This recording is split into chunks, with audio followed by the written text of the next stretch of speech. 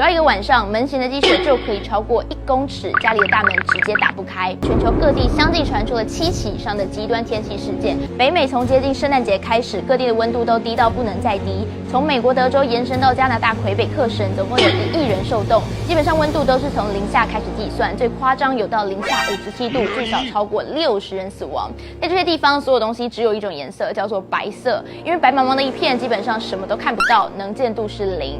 没有夸张，铲雪的速度完全赶不上积雪的速度。只要一个晚上，门前的积雪就可以超过1公尺，家里的大门直接打不开。另外，交通也是完全瘫痪，因为很多车辆开在路上，视线不良，造成多起连环撞，吓得政府赶紧颁布禁止开车令。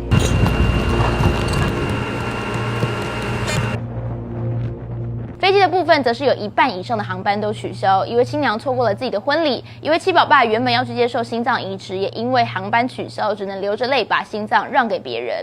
不过以上这些都不是最残忍、最难过的，因为暴风雪太过严重，很多人都失联。最后他们被发现沉尸在各种地方，可能是卡在雪堆的车子里、路边的人行道上、街角附近的雪堆当中。也因为暴风雪导致大规模的停电，很多人是直接在家里冷死了。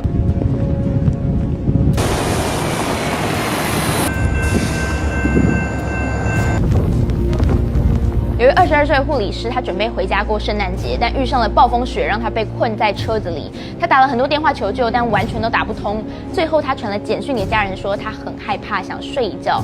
殊不知，那就是他的最后一句话。这次北美的暴风雪不是寻常的风雪，而是一种被称为是骤强暴风雪或炸弹气旋的风暴。因为北极震荡的关系，气旋南下到中纬度，温度急速下降，有可能会在短短几小时之内下降超过11度。其实极地气旋2021年也发生过，当时寒流深入到了德州，气温比正常水平低了将近摄氏5度，至少250人被冻死，也让各地严重受损。美国平均每几年就会看到一次暴风雪，但随着全球气温上升，风暴变得更加频繁，而且每次威力会更大。美国国家气象局就警告，从2023年开始，五大湖地区将会受到大雪、冻雨和严重雷暴的袭击。不过与此同时，一样是在北半球，目前应该是要在过冬的欧洲，竟然热得要命，冬天高达了25度，直接创下冬天最热纪录。这样讲大家可能还没有太大的感觉，简单举2个例子来说，德国阿尔卑斯山北侧海拔1300公尺的地方，正常这个时间应该是零下2度，但现在竟然是12度。而法国今年有1半以上的滑雪场都是直接关闭，因为没有雪可以滑，你说夸不夸张？但不只是美国，全球其他地方也出现了气候异常状况。光是去年上半年，全球各地相继传出了7起以上的极端天气事件，包括暴雨、洪灾、热浪还有野火。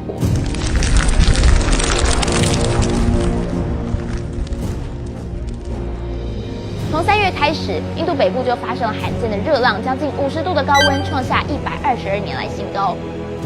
4月，南非降下破纪录豪雨，引发60年最严重的土石流。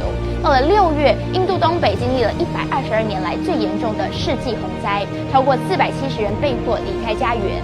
同时间，日本连续9天气温超过35度，创下147年来全新高温。7月，夏季的欧洲热浪引发野火，超过1000人罹难，上万人撤离家园，这些事件都是前所未有。